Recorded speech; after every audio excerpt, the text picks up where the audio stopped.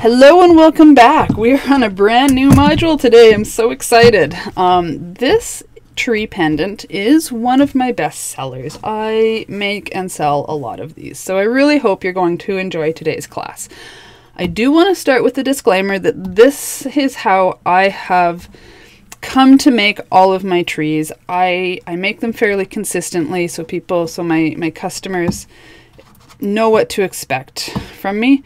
This is an older piece. I've done a few things differently.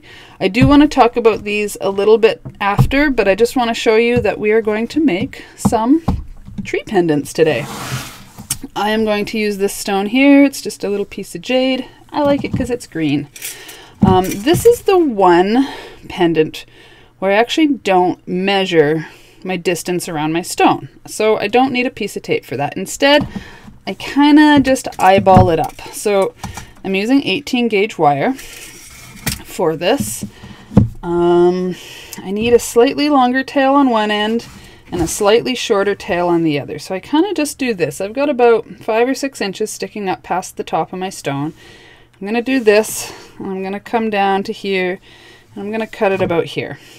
That's not very scientific.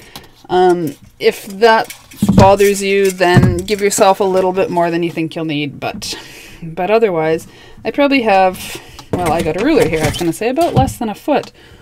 I've got about 10 inches of wire here, and my stone is just over 1.5 inches. Okay, so to give you an idea, you don't need a ton of frame wire. This next step is going to hopefully seem a little bit familiar after the Viking knit pendant. So I'm holding the bottom of my stone with my wire here. It is not centered. My stone is not centered in my wire. I've kind of got more wire on one side than the other. And I just kind of start bending it around the stone.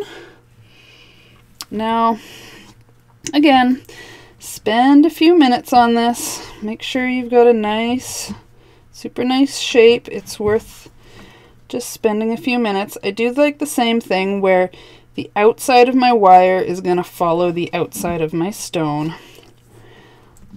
But that does take a little bit of fiddling and adjusting and making sure everything's going to be just right.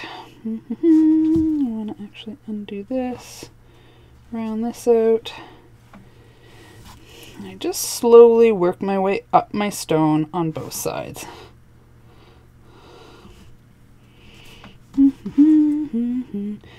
Notice how often I bring my stone back in to compare. It's the only way to get exactly the right shape you need.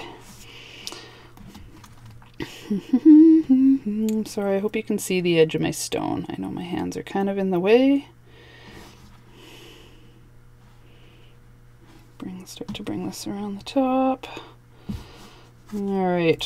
Oops, throwing my stone around. Haha! There, that's not looking too bad. I hope you can kind of see that. It's a bit harder for me to hold it like this. There, that's coming. Straighten that, bend that.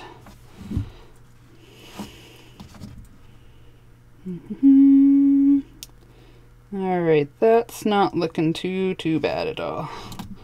Bring this one around.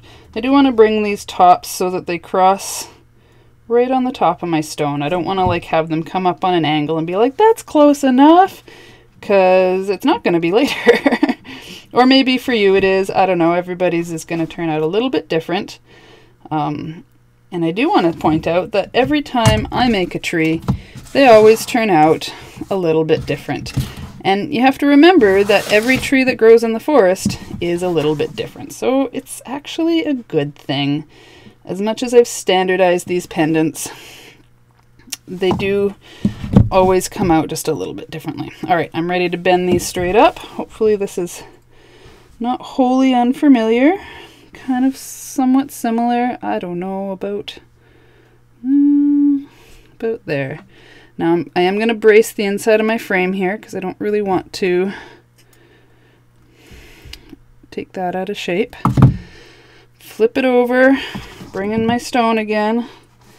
See how it's coming. That's still looking pretty darn good, actually. So I need to, I'm just going to hold my edges and make sure everything's kind of in line with the outside of my stone. And then I'm going to grab about here. If this isn't right, we might have to move this bend. That's not the end of the world. These that are curving in like that, that's going to get annoying and be in our way. So let's kind of get rid of that. Bring this back around a little bit. It's a bit of a warble there. How does that look? That doesn't look super good to me. But sometimes you just got to spend a couple of minutes. My first side looks okay. I think I need to move this bend closer to the middle. So can you see this? The way I'm grabbing? Hang on, if I get it to focus, that will help. There we go. I'm going to grab it just like this and squeeze. And that's starting to move my bend over already. Reestablish it. It's kind of bent back a little bit, so let's flatten everything. Ooh, I don't know if that's going to be enough.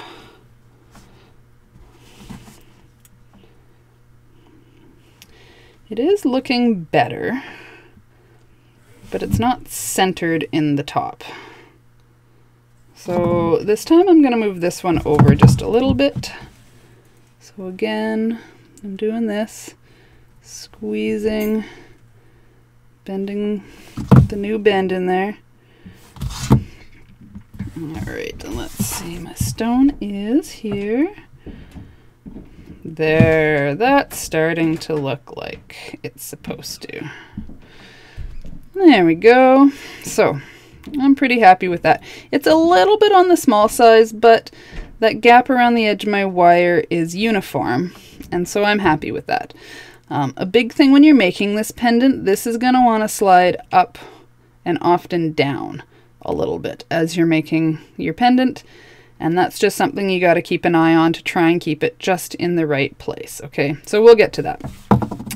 The next thing you need to do is cut your tree branches and your tree. I've got a 26 gauge here, copper wire that's all tangled up. There we go. So when I cut these, I like to have about 24 inches. So I've got it, I just kind of put it up against my frame. I put it on the bottom of my frame, and it's about twice as tall as my frame. Now, if you hate working with pliers and you're using cheaper copper wire, you can make these longer. You can make them like 3 times as tall as your frame, just this part of your frame. And that's going to give you enough tail up here that you can like really grab onto it and just do the pulling with your fingers, okay? If you leave a shorter tail, maybe you're using like a silver wire or something, and you leave like kind of double your frame height, you're going to have to pull this tail with your pliers pretty much every time. So that's going to be up to you how much tail you leave. I'm going to go somewhere in between. So this is my length. I need to double it, so it's that plus, let's see, that plus that, my super precise measurements here. I'm going to cut that off. Now, just for the sake of curiosity, this ended up as about 10 inches. Look at that. So 9 or 10 inches is going to work for you. Now, I need to cut 12 of these. Dun, dun, dun. Sometimes I do 11, sometimes I do 13, but 12 is kind of my basic standard go-to. I'm going to use 12 this time, and I'm going to kind of talk about some of the variations that can happen with either 12, 11 or 13 wires here. And we are doubling up these wires. So by getting 12 wires, we're actually getting 24 wires to work with. A lot of times when people first go to make these, they start with like, I don't know, 8 wires or something, and it's just not enough. Your tree kind of ends up looking a bit like a Charlie Brown tree, and I don't know, I just don't find them as nice. I like about 12, giving me 24 kind of branch ends when I'm done. I think I'm at 6 right now, so I'm just going to keep going. This is giving me grief here in my roll, so let me just do that. Yeah, this is doing all kinds of funny things. I tend to carry my wire to and from work with me, so sometimes they get a little bit tangled. Get that there. All right, 7.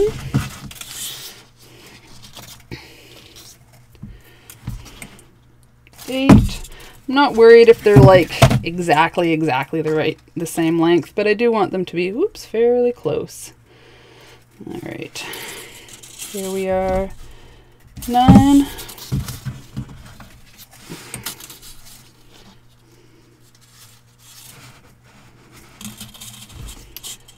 10.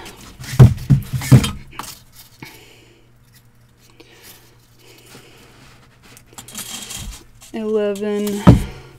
One more. Okay, so there's a couple of reasons why I cut all of these together at once. For one thing, I mean, if you've ever done any kind of production work, you know that it's just faster to work with the same tool and do the whole job for everything with the same tool all at once. But the other reason, besides just simply being faster, now I've got my bundle of 12 wires. I kind of U and fold them in half so the tips are, you know, fairly uniform. I cross one side over the other, and I make this bend at the bottom, first of all, as exactly close to the middle as I can. But I actually kind of curve it right around. This saves me a whole step when I'm attaching these onto here. And it also makes them coil around, sorry, that's the word I want. Coil around your frame in the same direction. So that's another reason why I like to do this, and making sure that all of these tail ends are on top of all of these tail ends. Now you do kind of have to pull these apart a little bit. Bringing my frame back in, I put one end through my frame, and then it kind of twists until that loop is right on my frame. And now the first coil is basically done, okay?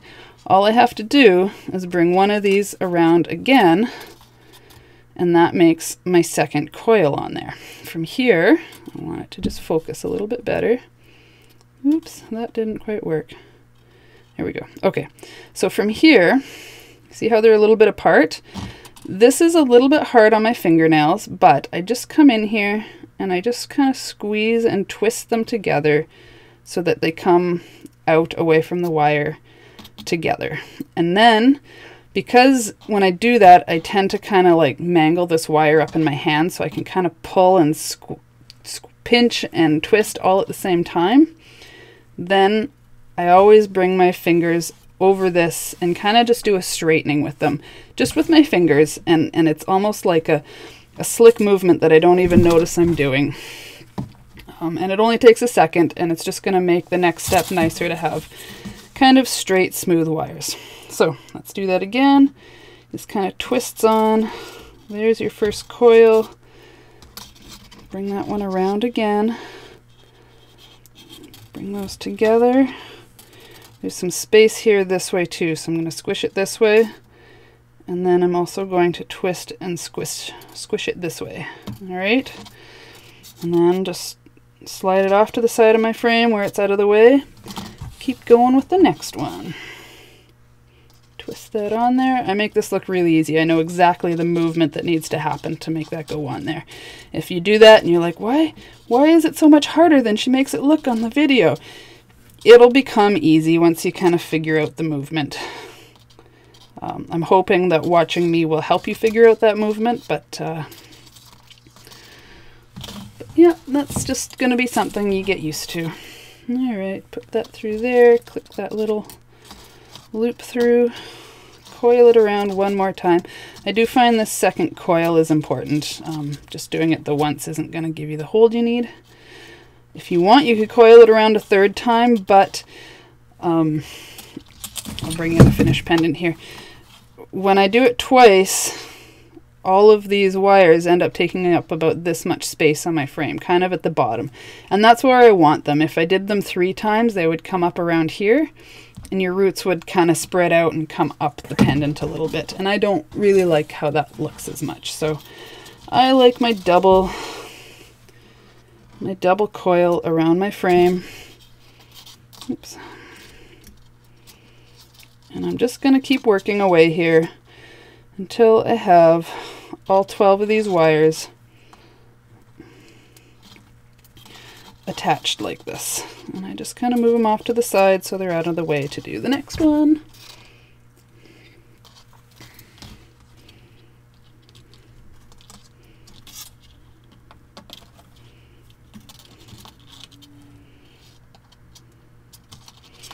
If this is too hard on your fingernails, I'll do the next one with a set of pliers, but I want you to be really, really, really careful because steel plier jaws are much, much harder than your fingernails.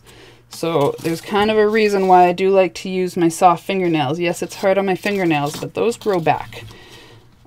If you are too hard on this wire with your steel jawed pliers, you could possibly break your wire. Not the end of the world at this point. You just cut another replacement wire and use that instead, but it does slow you down just a little bit. Oh, I forgot to do it on that one. See, it's so habitual to just use my fingertips. All right, this one. I'll do this one with it. And if you're nervous about using your steel jaws, you might want to use your nylon jaws. All right, and so what that's gonna look like is I'm gonna kind of squeeze, and then I'm going to twist my frame a little bit. And that's going to give me that, okay?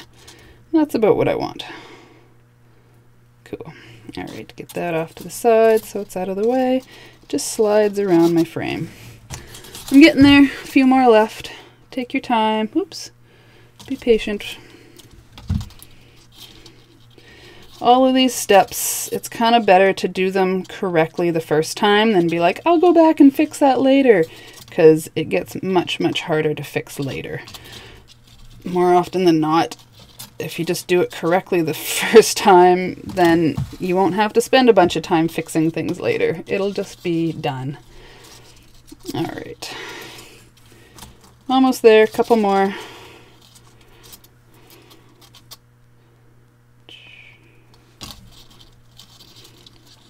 Slide that around. These are starting to add up. There's quite a few of them. Oops, I just got two more.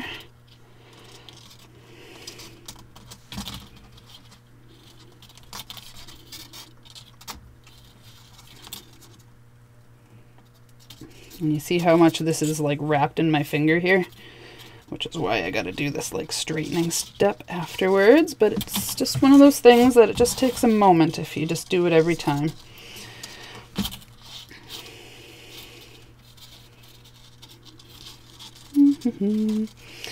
Alright, that is my last one. Now a couple more things before we can actually start building our tree. Okay, I'm not quite done my setup yet. I do want to slide all these back down to the bottom, because now they're in my way up here. Funny that. Alright, they will slide. You just got to be gentle and work them down to the bottom. There we go.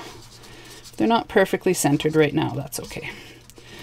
Okay, two more things before we can kind of start. I happen to have made a coil. Can you see that? There's little coils there. This is a coil that was wrapped around an 18 gauge mandrel, so the same gauge as our frame. And it was made with 26 gauge wire, which is exactly the same thickness as all these pieces.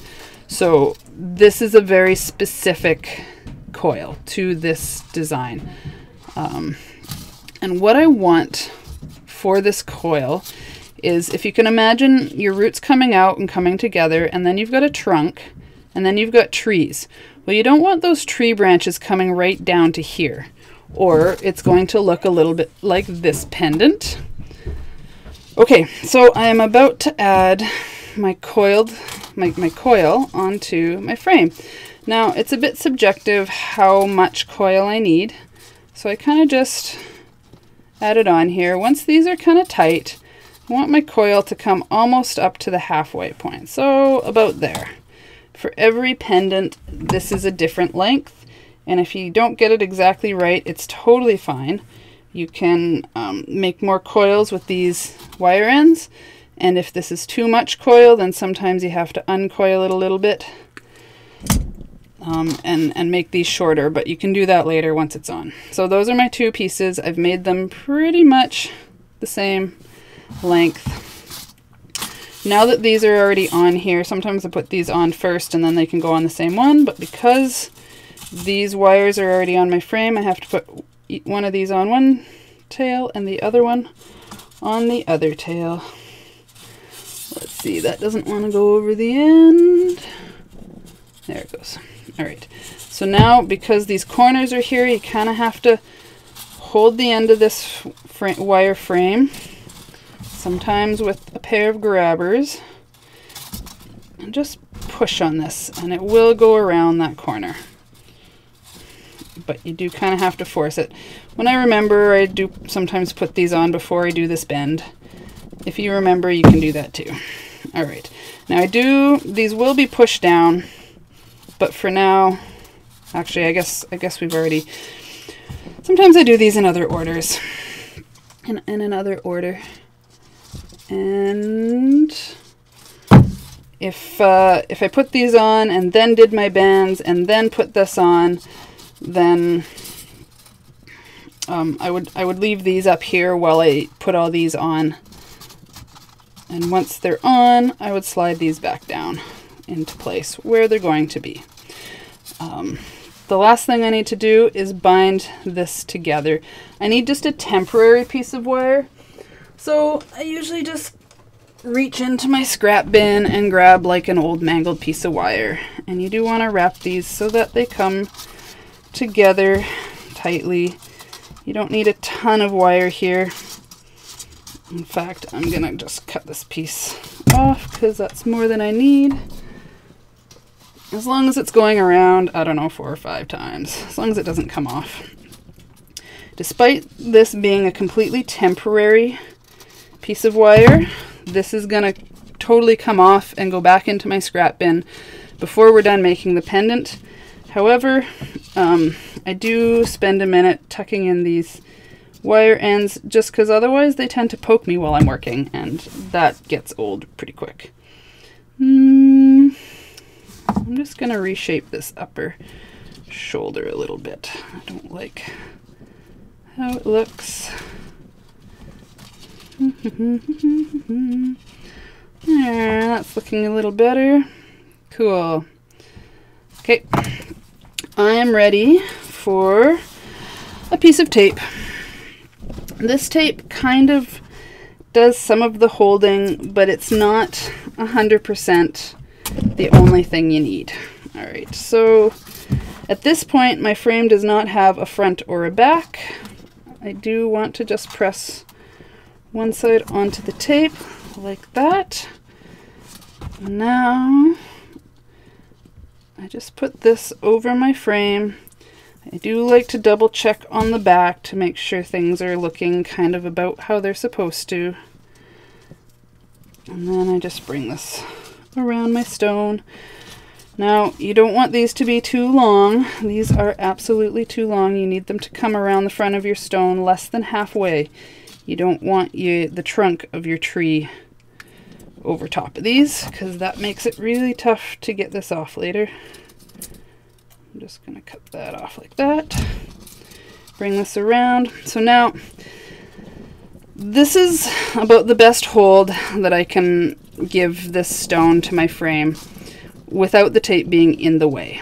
I can't cover the top because that's where I'm going to have to sew these onto, or coil these onto first, is right here at the very top. So I need to make sure this top shoulder part is free of tape. But as I work, my stone can move up or down relative to this frame, and this tape doesn't do very much holding to help with that, unfortunately. So we just have to keep an eye on that and watch it as we're working. From this point, I like to separate these into 3 groups. 3 is not a random number. 3 is because I like to have kind of 3 roots at the bottom of my tree, and I like my odd numbers. So I'm being very gentle with my metal jaws. If you're nervous about this, you can absolutely use your nylon jaw pliers. I just find that these are a little more narrow than my nylon jaw pliers, which are a lot fatter, which sometimes make them hard to get in between the wires and make them do what you want. All right, Because I'm doing 3 and I have 12 wires, I've got 4 double wires or 8 wires in each one of these. This just takes time. And I end them so that like my grab is happening flat on this, on the same plane as my stone. So I don't want to end this way. My pliers are always ending. So the flat is going to fold over and be flat on my stone. How long this first twist needs to be is going to depend a little bit on how thick your stone is. If you have a really fat stone, you're going to need more twisted length to come up over your stone. This is a really, really narrow flat stone, even for a cabochon. And already I can see it moving around a little bit on my frame, but that's okay. Oops. Yeah, I can see it moving. Okay. So at this point, if I just bend all 3 of these up, it's totally going to push my stone towards, this is actually the top of my pendant. And I don't want to do that. So I am very carefully going to hold the top of my stone, bracing it so my stone doesn't slide down. And one at a time, I'm going to bend this around the bottom of my stone. By doing this one at a time, it really wants to focus on those, sorry. By doing this one at a time, I'm keeping my stone from sliding, and I'm actually bending these roots around the edge of my stone. Okay, so I've done that. It has not really slid up. I'm okay with that. Things are looking a bit wonky here, but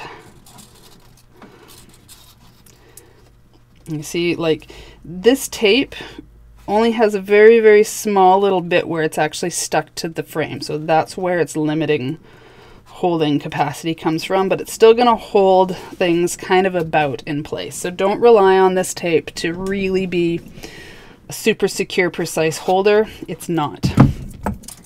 At this point, I like to grab the entire mess of wires and start twisting. Now notice that this edge of my pliers is probably less than halfway up my stone. Okay, if I do it way up here, then my whole tree is going to be trunk and I'm not going to have any space to make branches. So I only want to go probably less than halfway up my stone to make my trunk. Get a good couple of twists in there. That's starting to look right. There we go. Press that to my stone. That looks like a nice trunk. Be careful that this trunk isn't too long or isn't too short. That's a little bit subjective and it's going to totally depend on the size of your stone. I think I want just one more twist. That seems just a tiny bit short to me. There. All right. I'm happier with that. Things are still totally sliding around. I can totally slide this around. And I want it to be on the bottom, so that's probably there. Something that can happen when you do this twist is these 3 aren't totally even.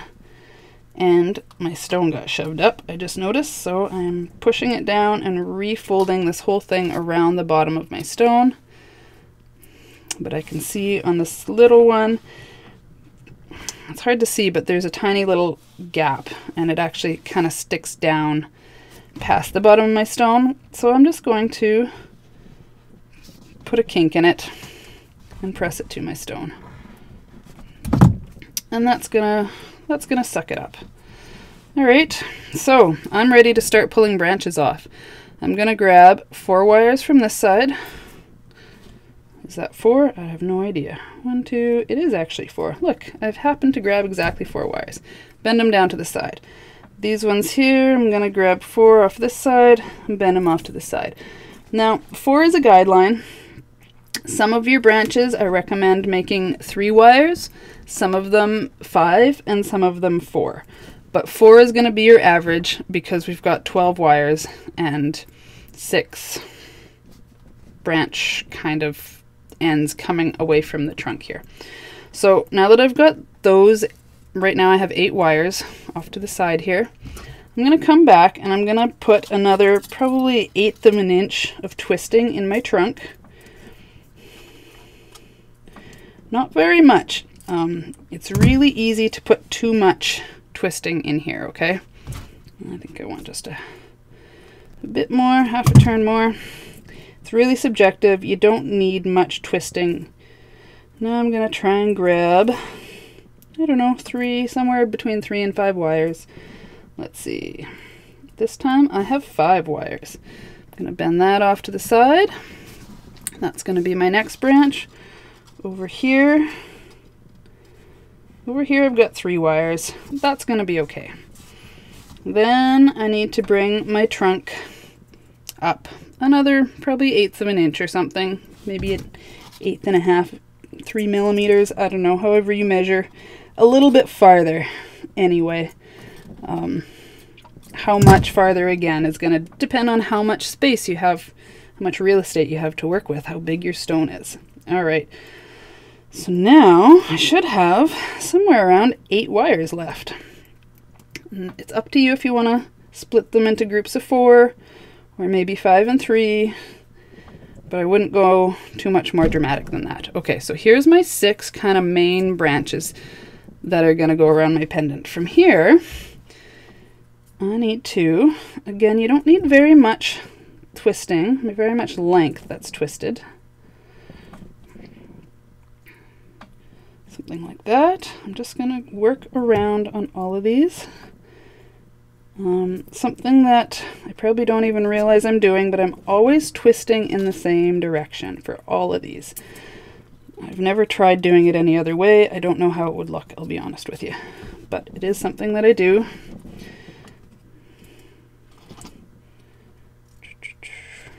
All right. Oops. There. And 2 more. These wires end up coming across your trunk, and you kind of have to be careful to twist these just the right amount. If you twist them too much, this twist is going to go across the trunk, and that doesn't tend to look quite as nice. So you want this twist to kind of stop on this side of your trunk. I hope that's clear. All right. So something like that. Okay. Ta-da! Our branches are started. But we're not done them. We still have groups of 4, except for those 2 where it's a 3 and a 5. So I'm going to basically comb these out and split them into groups of 2. This one with 5 is going to have a group of 2 and a group of 3. Doesn't really matter which one is where, if the 3 is on the top or the bottom. This one I'm just going to split into 2. This one into 2. We're basically creating our tree here, okay? I remember when I was in art class in high school and I tried drawing a tree, and my trunk was like this thick, and then some branches came off, and then my trunk above the branches was the same thickness, and then some more branches came off, and my trunk above that was the same thickness again, and my art teacher was just like, "Do you know why this looks so funny?" And I was like, "No." And she was like, "Well, it's because every time a branch comes off of your tree trunk, your trunk needs to get just a little bit thinner and more narrow every time a branch comes off of it. That's how trees grow." And I was like, "Oh." Well, as soon as I saw wire trees, I thought, well, doesn't that just do that whole thing automatically? Every time a branch comes off, your trunk gets a little bit narrower. So that's part of the reason why wire trees work so well. All right. So I don't have very much. I don't have very much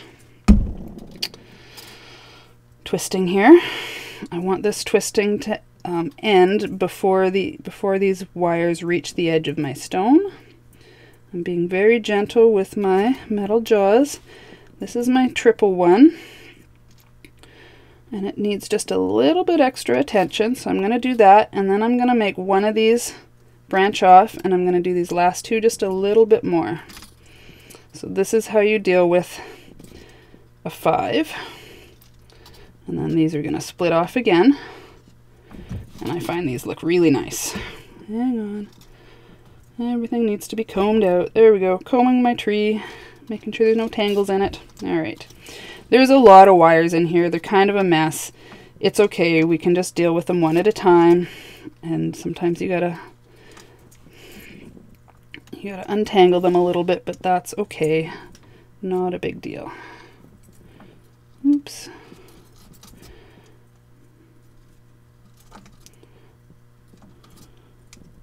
This one to be a little longer. Oops. There we go.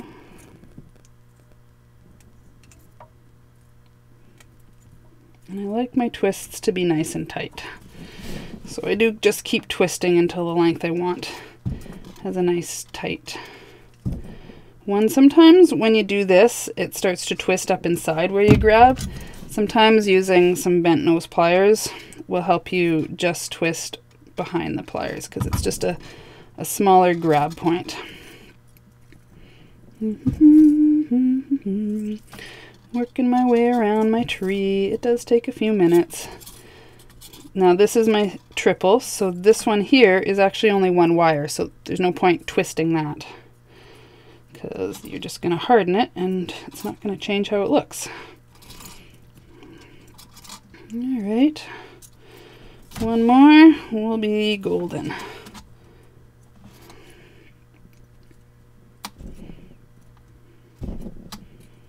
Cool. Okay, so dun dun dun, that looks like a beautiful tree. Oh wait, no, we're not quite ready. So I am going to start up here at the top and just kind of separate this one and this one. These are going to be my top two. Sometimes I'll even cross these or maybe put both of them on one side of my stone. But for the sake of this video, I'm going to put one on this side of my bale and one of these on the other side of my bale. So let's flip it over. I know I've got this one here. I'm going to bring it underneath my frame. It's important to go under your frame first. Grab this. And now things want to totally slide around here. Even my holder is slid up.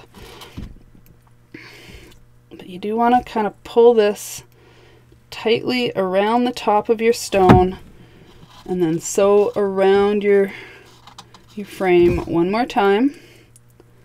And I'm just gonna stop there. I'm not done, but like my stone is popping out of my frame over here a little bit. That's like 100% normal at this point. So I'm gonna grab this other top one from the other side and start wrapping it around this side of my bale, still around the frame. So I'm pulling down quite hard.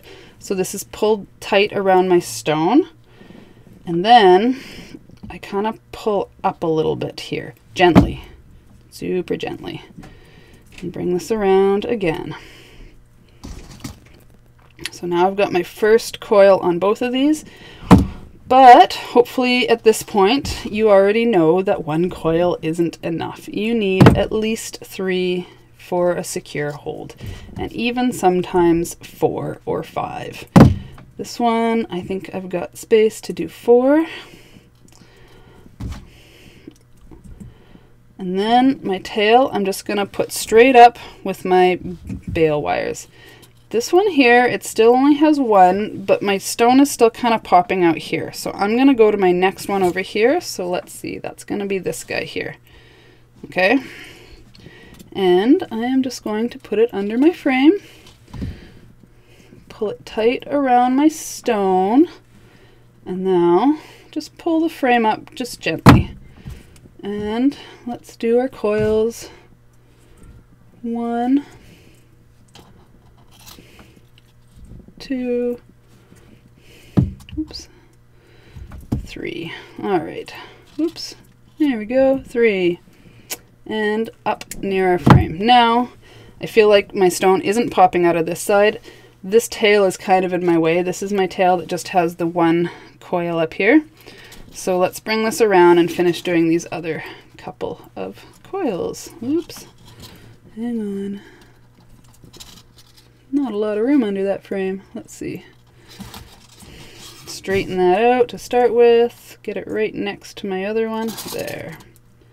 I think. Did that go under? This is giving me a hard time. There we go. Pull that one tight. That's 2 coils. Let's do a third one. All right. And if you want, you can still pull this out a little bit and it'll move your frame out a little bit. Now I kind of just judge which side I need to do next. I think I'm going to do one more on this side. So let's open this up. Let's do this. All right. So this is going to be my next one. Bring it under my frame. Pull it tight around my stone and then up. And fold it around to do that again. That's my first coil. Oops. That's my second coil and my third coil. I'm going to do an extra one on this one. You don't always have room if you're using a smaller stone, but I think this stone is big enough that I can. So now I've got like 3 attached to this side and 1 over here. So I'm going to go back over here and attach this guy here. Notice I'm always flipping my pendant around to make sure I've got the right wire end. This coil has kind of come up over this corner there. Now it's underneath of that corner. All right, something like that. And okay, sew around again to get my second coil. Sorry, that's my first coil. My second time under gets me my first coil.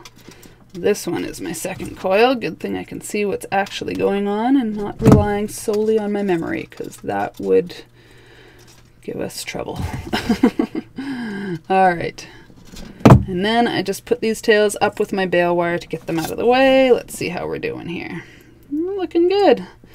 I'm not too worried that this is like come together. At some point later, I can come in with my pliers and put little kinks in these to separate them, okay? But I usually go around afterwards at the end and do that. Doesn't really matter. Let's do this guy next. Always, always, always under your frame. Pull it tight around the stone and then pull it out. All right. This is my second coil, my last coil. Up. Now this guy here. I have some apple trees in my yard, and I have a friend who came to prune my apple trees for a few years while she was living here.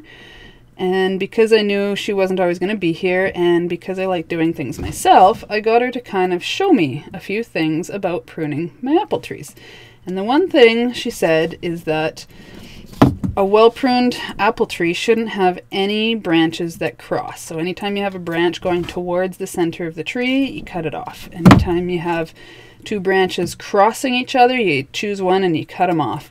And so a well-pruned tree, which looks beautiful, by the way, always never has crossing branches. Now, as much as I love the way a well-pruned tree looks, every once in a while I will cross branches on my tree pendants, but for the most part I like for them to not cross, okay? So let's just do, actually I'm going to leave this one, I'm going to cross it. So that's my top 2 branches sewn down. Before I go to sew these next 2 branches down, you see how they're coming down over top of my tape? That's going to make my tape really difficult to get out of there. However, you might not be ready to totally get rid of your tape, because really we're only grabbing just this much of our stone and this much of our stone. And sometimes, you know, if this slides around a little bit, which it absolutely still can, your stone can still pop out the side, which is not what we want. So what I will often do is I will just rip this piece of tape literally in half, get rid of the top of it so that when I sew the next branch down, it's not going to be on top of the tape. Okay, so now I'm down to half of my tape. I've got one more here, but I want to bring up this top one from this one, and I'm going to sew this one next just to show you what it looks like when you do cross a couple of branches, which I actually like to do once in a while. I think that looks really nice, but I don't do it too often. So it's going to be up to you how you want to stylize your trees. Maybe you've worked in the forest industry and you really like perfectly straight trees that all line up, in which case you're probably going to want really nice straight trees. Maybe you like the Japanese bonsai style a little better, and you kind of want them all gnarled and mangled and very much not straight. And that's going to be totally up to you as the artist. Get to play God a little bit. Decide how your trees are going to look. Alright, I probably should jump over to the other side, but I'm going to do one more on this side. This is my last one from this top branch, and it's going to cross this branch that I just did from down here. So I've just got it underneath of here once. Let's keep going.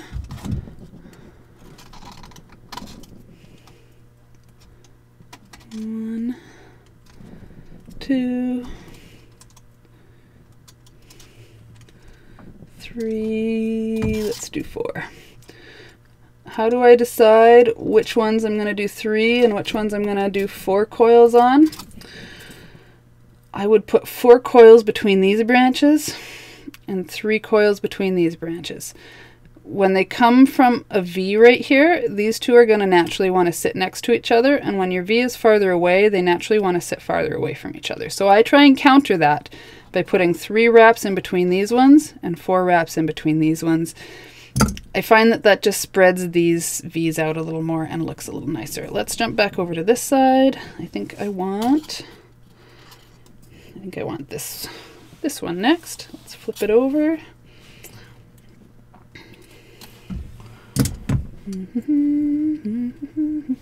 Pull it tight around your stone. Kind of wants to slide down. You want to pull it tight around your stone where you want it to sit, okay? And then up. Ooh, that's some weird twisting happening there. Let's just straighten all that out. What's going on here is that this is coming in on the wrong side. What's going on? On the wrong side of my coil. It should be coming in on this side of my coil, and I just had to like force it over there. I need it to focus. There we go. So that's what it should look like. This one coming around the stone should always be on that side of the coil, and then your coil should move this way. Kind of away from your bale.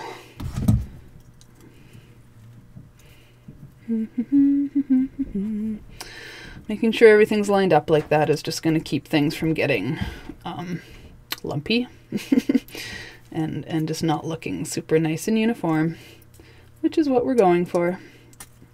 At least the not lumpy part. Oops. Alright, so let's grab this next one here. When you do decide to cross branches, like if I cross this one and this one, my space in here isn't going to be what I want, okay? So I can't cross these 2 wires and have it look nice. I can cross this one, and it's going to look nice because they're coming from different branches, okay? So when you do cross wires, make sure it's the bottom one from one branch and the top one from the other branch, and it's going to look nice and right every time. That's what I've done over here. It's the bottom one from this branch and the top one from this branch, and I am going to make this a little bit more enunciated when I do my bends and tweaks around here. So I'll show you that later, but just keep that in mind. You can't just cross any 2 branches. They really do have to be branches from different kind of main starter branch ends. Does that make sense? I'm sorry, my sentences are kind of weird today. 1, 2, and 3. There we go. I do want to shove that up so it's all nice and tight to the top. That's looking not too bad. Starting to look like a bit of a tree. Let's do this guy next. Oops. Bring it underneath of my frame so it's tight around my stone.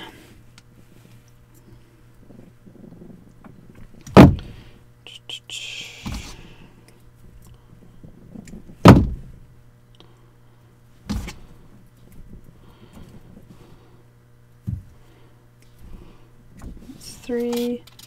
I'm going to throw a 4th one in there. I feel like I've got lots of space. Alright, shove that up.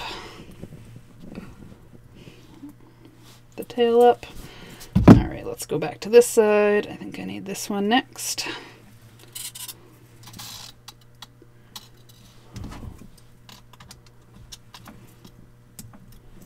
Oops, and that slid underneath of my other coils. That's not what I want. Just next to your other coils.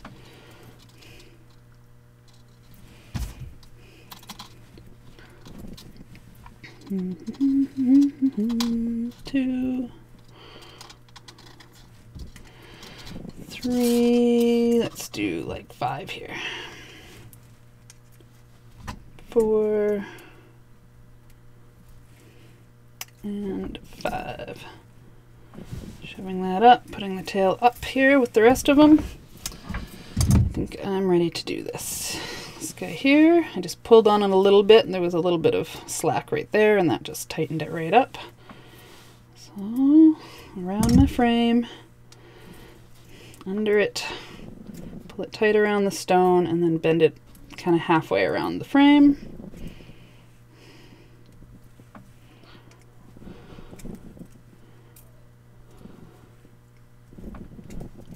I'm gonna do 4 there. Okay, looking good. Let's finish off this guy here.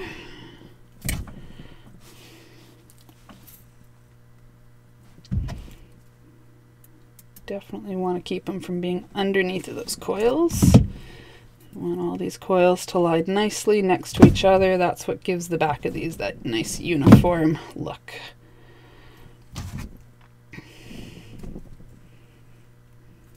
Alright, it's 3, I'm going to do 5 here. Let's see, 4,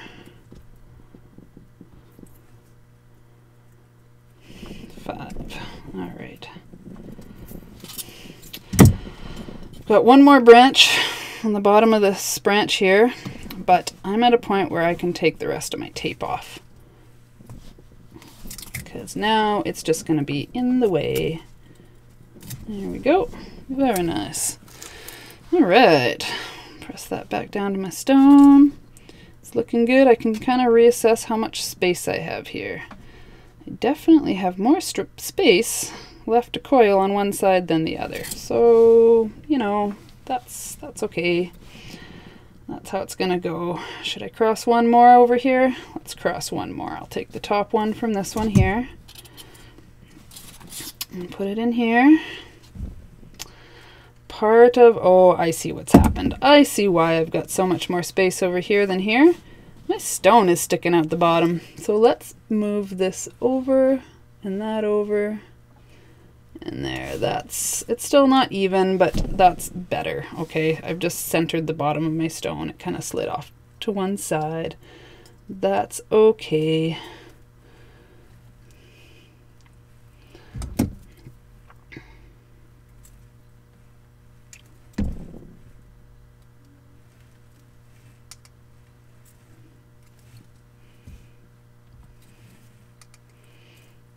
Alright, 3 is going to be enough since I'm running out of space, and this is still sliding over. There we go. Okay. I want to just do one more over here. Sometimes. That'll be okay. I'm asking myself if I want to twist these two together anymore before I do this wrap, so that's why I'm hesitating, and I think after thinking about it I will just do one more twist. So now this one's on the top. Let's bring it over.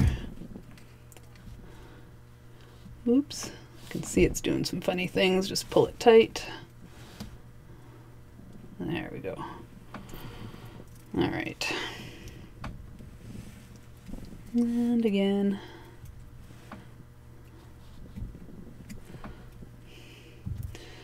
Always flip it over often. Every time you do something on the back, make sure that it's doing what you want on the front. Let's add about five coils to this one, since I got a little bit of space to make up here. I think that's number 5 there. I can push that up a little bit. The next one is here.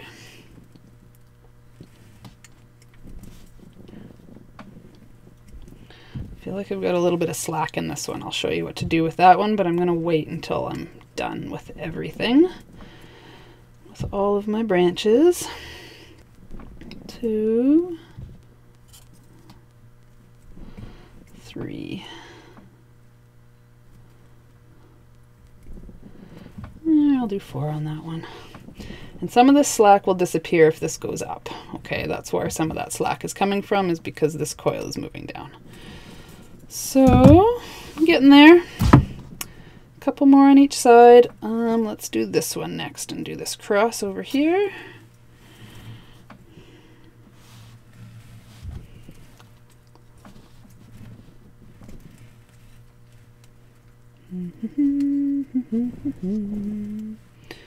One,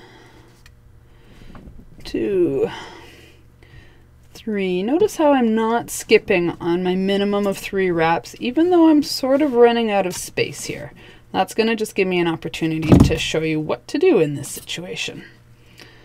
So, but I'm just going to keep going until I run out of space. This is my first coil, second coil, third coil. This takes a little bit of practice to work this quickly. Don't stress if it doesn't come out this quick the first time. That's pretty normal. All right, a couple more. I do like to sometimes widen out this like V, this crotch, and then do my sewing. And that just makes it a little easier to get in there later with my plier jaws. All right.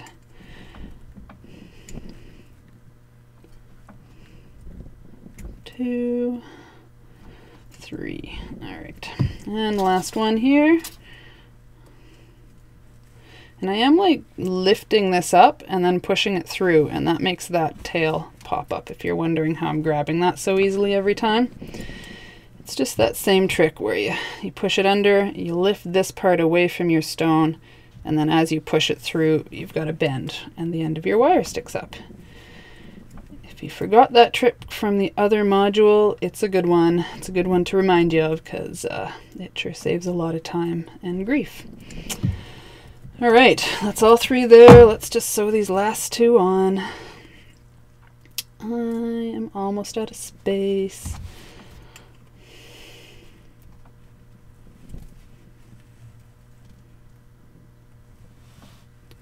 Just making a space for me to get in there.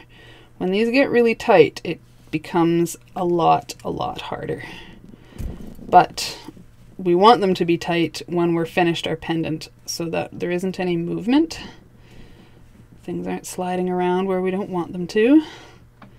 We want everything to be stable and to stay where we put it. All right, I'm kind of out of room here. I got a couple of choices. I can either slide, I've got some slack up here, so I can either slide all this stuff over and up and create a little bit more room, or I can spin this coil until I can see the end of it. I don't know if you can see that, but and then sometimes I can just get my fingernail in there and separate it from the coil. And then you need a pair of like fairly fine pliers, and you just want to grab the end of that coil. It's not going to be pretty.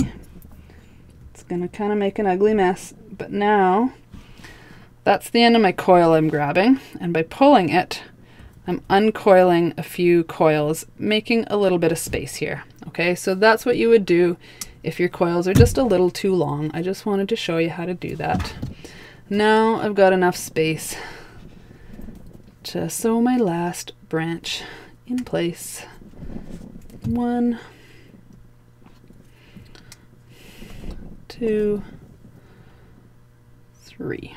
Now, you might be wondering why I haven't cut any of these tails off. Well, it's because I've still got gaps here, and I might still have some slack in here, and this allows me to change some stuff. Not change, but so that tail that I just cut off was from my coil, and I don't want to be thinking that that's one of these tail ends and just go and pull on it really, really tightly, because then I'll just uncoil more coil, and I don't want to do that. All right, so it's starting to look not bad. You can use a lot of different types of pliers. I do want to go around and kind of just tweak everything. Sometimes you can use the back part of your pliers and make like a long kink. Sometimes you come in with the pointy part and you just make like a really short little kink. Okay, where these cross, I like to make that more obvious and make the cross happen more on the front. So I tend to pull just after the cross, after where these wires cross, away a little bit.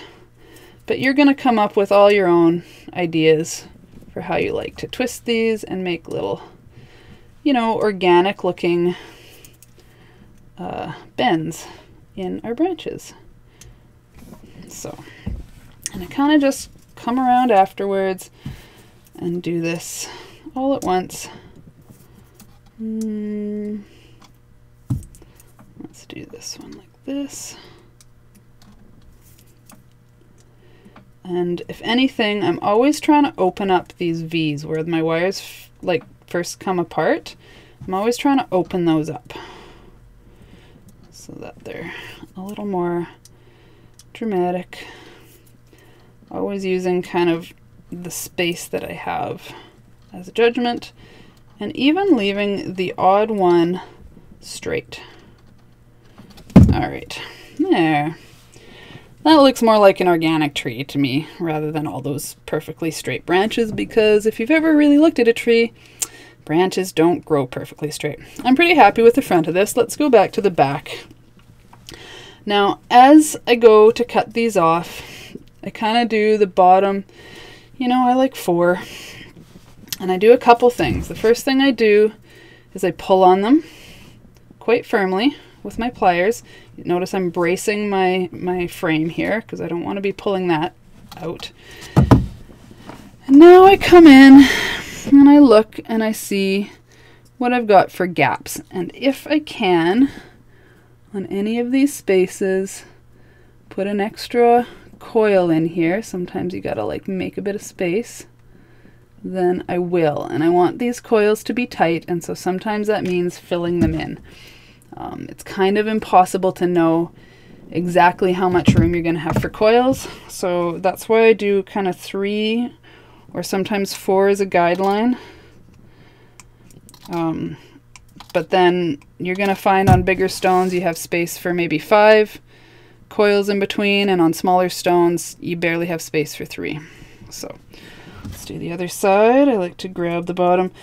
You know, I do 4 wires just because when you have 24, they always work out.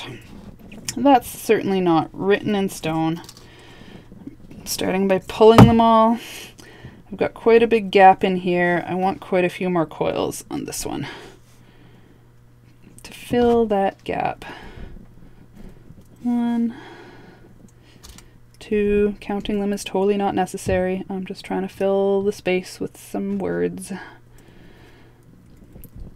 Oops, that coil crossed. I don't like that at all. So I'm going to just push it and then push it over and then kind of pull it over to get it down in the right spot.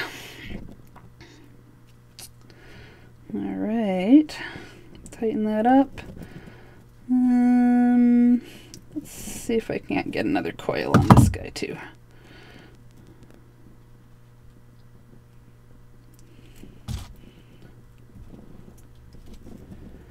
Making sure to pull it into the like gap around your frame. You don't want your coils like overlapping or being super messy here like this one's about to.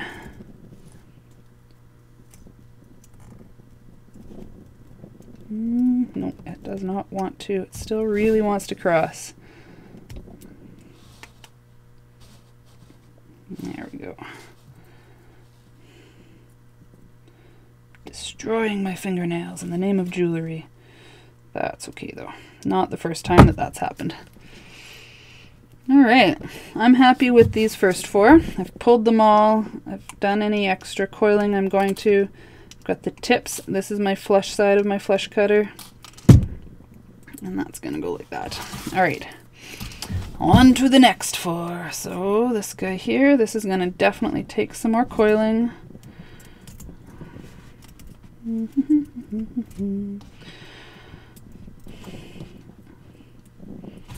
Well, this is only 3, but that's okay. I need quite a bit more coiling to fill these gaps.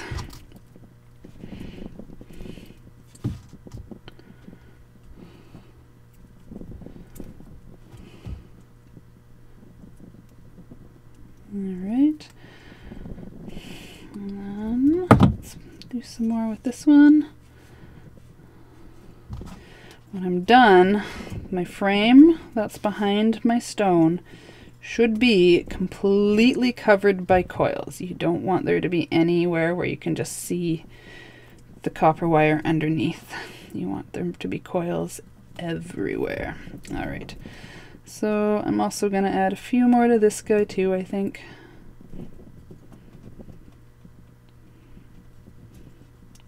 All right, so I just did 3 on this one. That's okay. Cut those off. All right, let's go back to this side. Get my next about 4 or 5 or whatever it is. Always start by pulling. Oops. And that's going to help you just see what's going on. And you're also going to know that all of these are tight coming around your stone. So let's see here. I think I actually want... Can I get another coil in here? I'll have to fight for it. Oh, that didn't give me nearly as much grief as I thought. I think that'll be okay, and that just separates those a little bit more. Let's do this one, because there's a bit of space. Sometimes I add more coils where I want there to be more space in between branches. Sometimes I add more coils where they just want to sit on the frame here. It kind of just depends on what's going to work and my design. Oops. I'm going to get one more in here. Not easily. All right, that one's good then. If it's like if it's really a lot of fight to get another coil in there, it's probably fine without it. All right, that's looking pretty good. They're all pulled across here. I tend to just put my thumb under here, which just lifts it up a little bit. You see the angle that it comes up on? It just lifts it away from the stone just enough that my flush cutters can just nicely get around all of those wires. All right, we're getting there, almost at the end. Got 4 more here.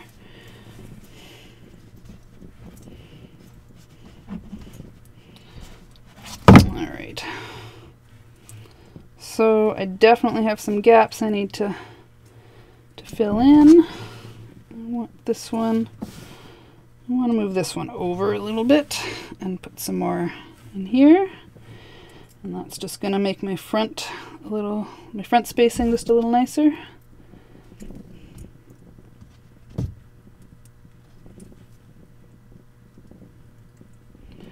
There we go. This guy only has 3 and I feel like it needs more.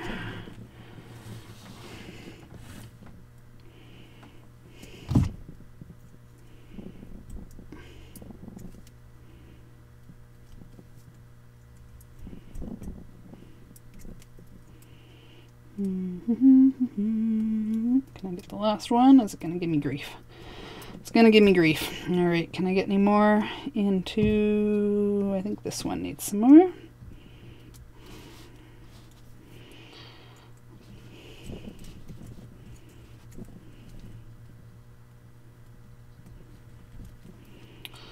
There you go. Okay.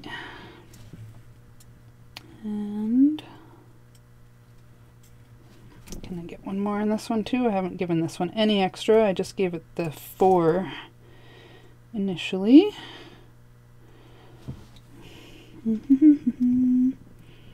Nope, it's just gonna give me grief. All right, I'd say that's good then. I'm just gonna cut those off.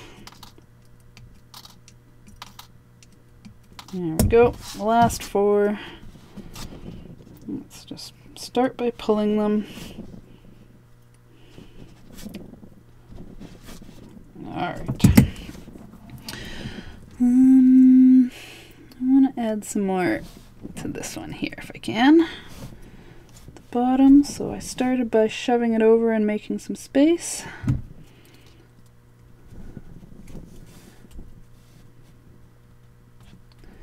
And I still need more space. All right.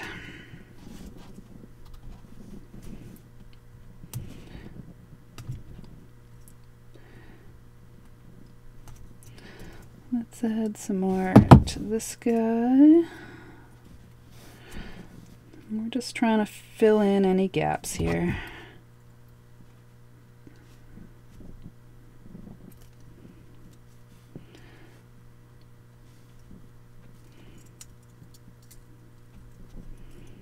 There you go. This guy here needs some more too.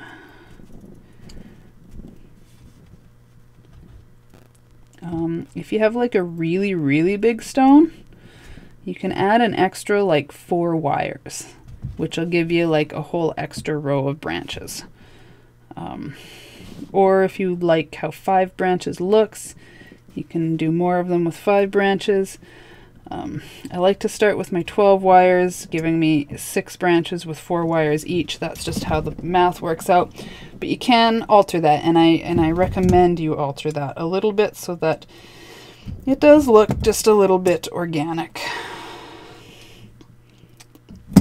Cool. So I think I'm ready to cut these last ones off. Let's get my cutters. 1, 2, 3, 4. All right, so there, all of those crazy tails are gone. Can you believe it? Did you ever think that would happen?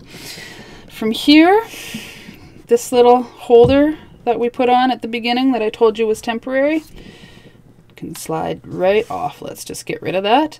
Now these will bounce apart a little bit.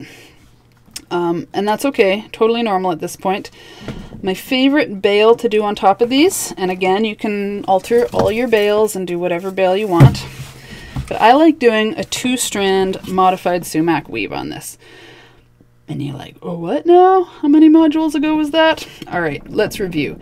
Also because a modified sumac on only 2 wires looks very different than when you have 4 wires or more. So I'm just gonna start by putting my tail, doesn't really matter which way. I'm going to do it this way because when I go to cut it off, I don't want to accidentally cut these off. And if it's sticking out this way, the chances of that go up significantly. So let's put it over here where I'm probably not going to cut off a tail that I don't want. So I've come around 1 wire all the way across the back and then up here. Okay.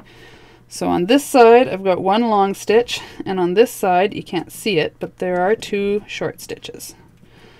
Now, I'm actually going to change direction right here because I like working in one direction more than the other.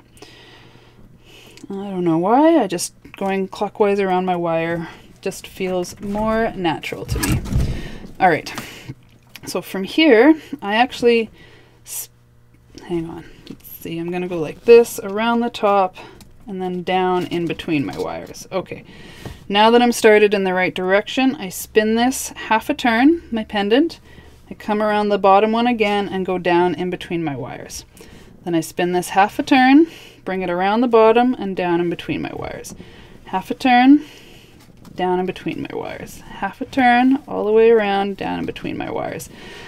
That's already enough that I need to squish this whole thing down together. You might even need to pull on this tail a little bit to snug up that very first coil, okay? Back to it. Half a turn, down around the bottom, in through the middle, half a turn, around the bottom, in through the middle, half a turn, around the bottom, down through the middle. And if you're doing this right, hopefully you can see this. You've got 2 single stitches and then a double long stitch, and then 2 short stitches and then 1 long stitch, and then 2 short stitches and then 1 long stitch, and 2 short stitches and 1 long stitch, and 2 short stitches. Okay, that's what your pattern should look like if you're doing it correctly.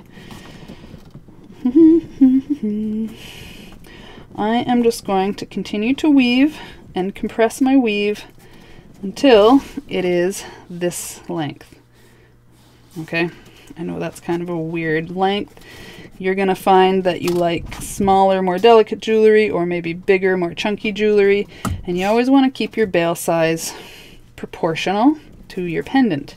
So if you started with a really tall, big stone, you're going to want quite a tall bail.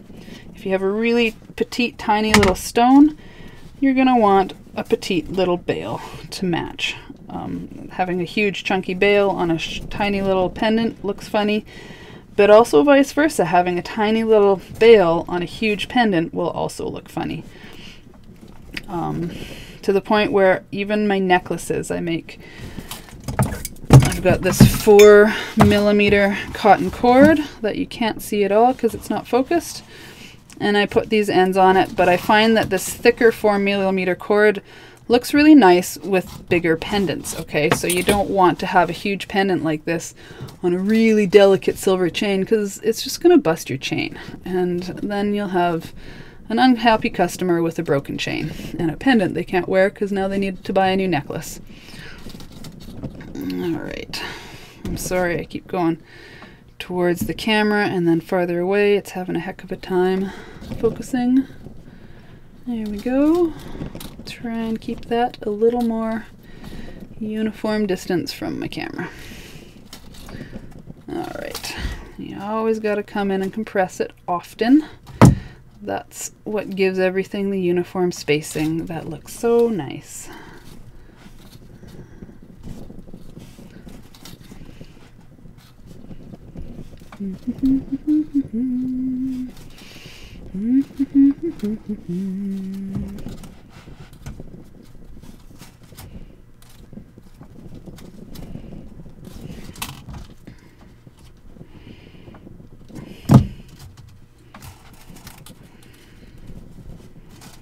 Oops.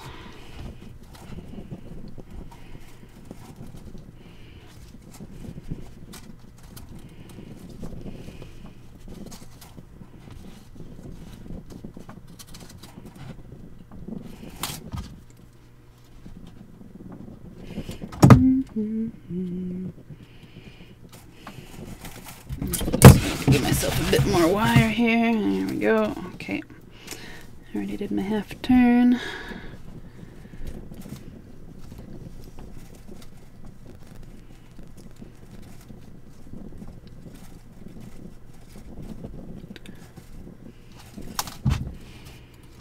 Alright, there we go. Slowly, I don't know. You might need to edit some of this out, or maybe fast forward it, Josh.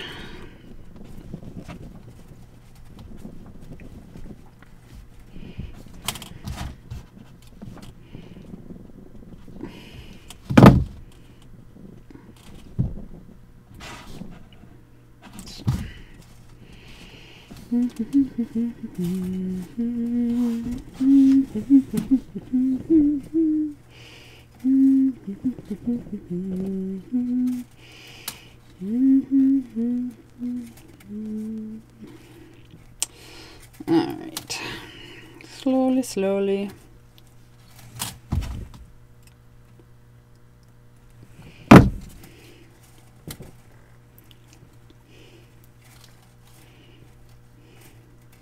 Oops.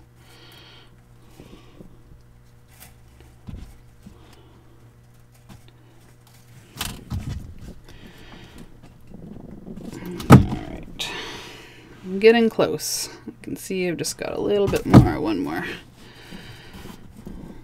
section to do.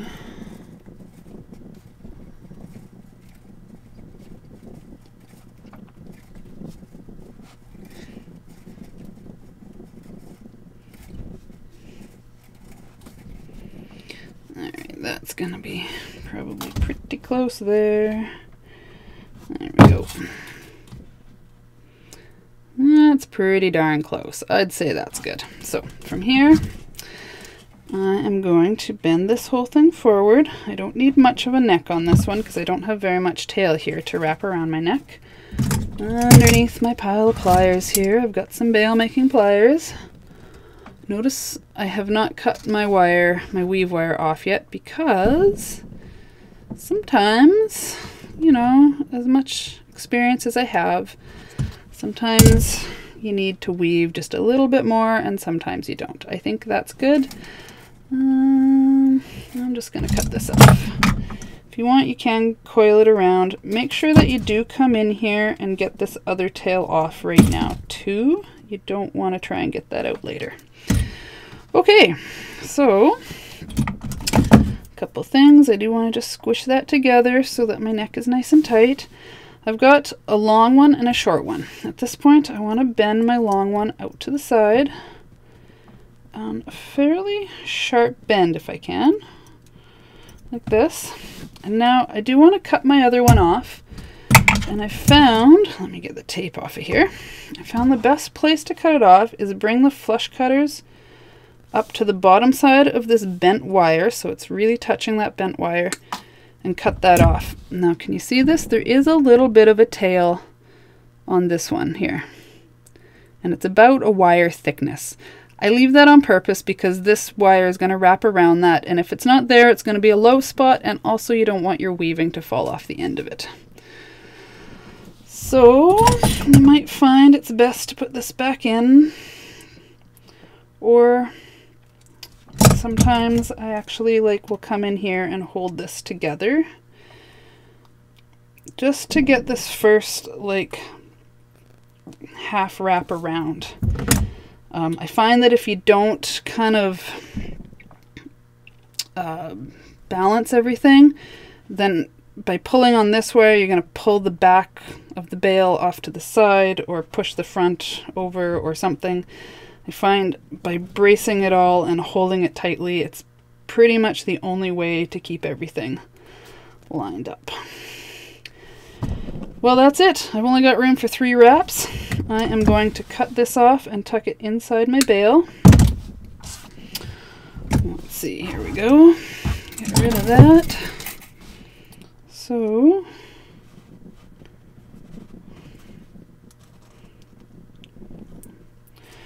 and then like it to come down as far as it can. Sometimes you can tuck it right inside of those wraps, and that's it. Do I need to straighten my bail a little bit? I might need to straighten my bail a little bit so that it hangs properly. There we go. That is our tree pendant. I hope you learned a lot. I will do another video because there's a ton of ways to vary this design. This is really how I like to do it. I've made a lot of these, so I've kind of standardized it a little bit. That's not perfect in the back, but there, that's better. Just make it look like what you want. All right, I hope you found that informative. I hope you enjoyed that video. Have a wonderful day.